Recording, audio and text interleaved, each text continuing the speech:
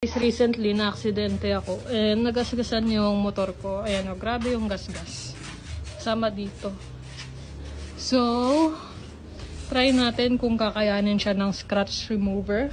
Pero yung mga ganitong sobrang madidiin na yung gasgas, hindi niya kakayanin. Pero yung mga light pa, try natin i-recover gamit to.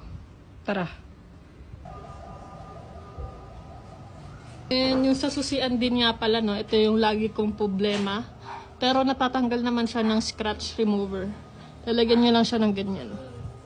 Tumatama kasi yung key holder ko dito eh. Ayan. Mawawala agad yan. Diba? Lalagyan mo lang siya ng scratch remover. Yung mga tamang maliliit. Kaya na ito.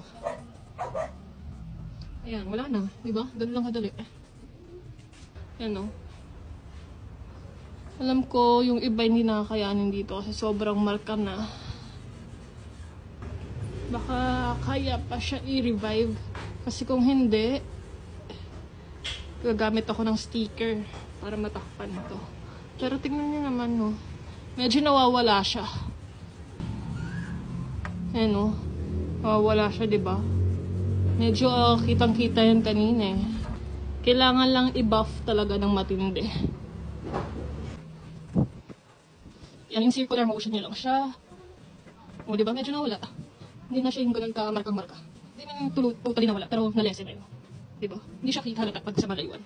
Ito talaga chip paint na to eh. Natanggal na yung hindi na makaka-recover yan. Pero at least, diba? Lagyan lang natin ng sticker.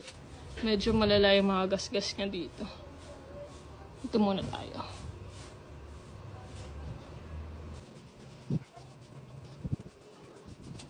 Medyo wala siya. Wala yung... Ayan.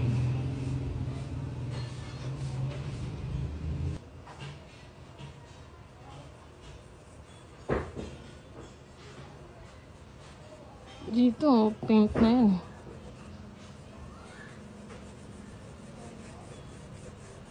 Oh, nawala oh. Magic. Minagic lang ng scratch remover. Ito, medyo mahirapan na tayo dyan. So guys, ayan, medyo hindi nahalata yung mga gas-gas kanina sa motor natin. Kitang-kita nyo naman, oh. Nag-light yung mga gas-gas, hindi naghalata. Although yung mga ganito kasi, sobrang malalim na yung marka nito. Pero ayan, nakita mo naman yung marka niya, no? Hindi na siya ganun kahalata. Tapos dito, sobrang dami din yan kanina. Nag-light siya. Itong mga hindi talaga matanggal is yung mga matitindi yung gas-gas. Pero ayan, at least nag-light siya.